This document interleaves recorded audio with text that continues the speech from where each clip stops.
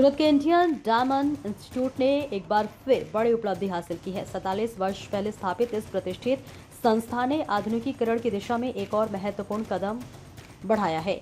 Indian diamond institute में आधुनिकीकरण के तहत नई टेस्टिंग लैबोरेटरी, अत्याधुनिक ऑडिटोरियम और एडमिनिस्ट्रेटिव ब्लॉक का उद्घाटन किया गया। यह सुविधाएं डायमंड उद्योग से जुड़े प्रशिक्षण, शोध और प्रशासन को और मजबूत करेंगी। उद्घाटन समारोह में राज्यसभा सांसद गोविंद भाई ढोलकिया मुख्य अतिथि के रूप में उपस्थित रहे। उनके साथ कार्यक्रम में विधायकगण और डायमंड उद्योग के कई वरिष्ठ एवं गणमान्य लोग भी मौजूद रहे। इंडियन डायमंड इंस्टीट्यूट की ये पहल सूरत सहित पूरे देश के डायमंड उद्योग को नई दिशा और मजबूती देने वाली मानी जा रही है।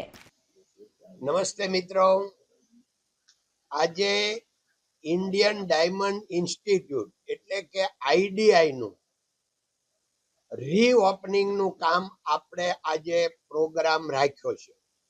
आ इंडियन डायमंड इंस्टीट्यूट 47 वर्ष पहला 1978 में पायो नखायो। एमां सेंट्रल गवर्नमेंट अने गुजरात गवर्नमेंट पण साथे छे। અને આ 47 વર્ષમાં હજારો સ્ટુડન્ટ અહીંથી ડાયમંડ, જ્વેલરી અને એ બધી ટ્રેનિંગ લઈ વિવિધ જાતની અને દેશ વિદેશમાં પોતાનું ભાવિ બનાવી રહ્યા છે અને બન્યું છે। એ સમયે આ ઐતિહાસિક સંસ્થા इंडियन डायमंड इंस्टीट्यूट में अत्यारे दिनेश भाई नावड़िया जे चेरमेन तरीके नवनियुक्त थया अने एने बहु मेहनत करी बधा जूना डायमंड वाला ने याद कराव्યું, डोनेशन लई अने आखू फरीथी आनु रिनोवेशन कराव्યું।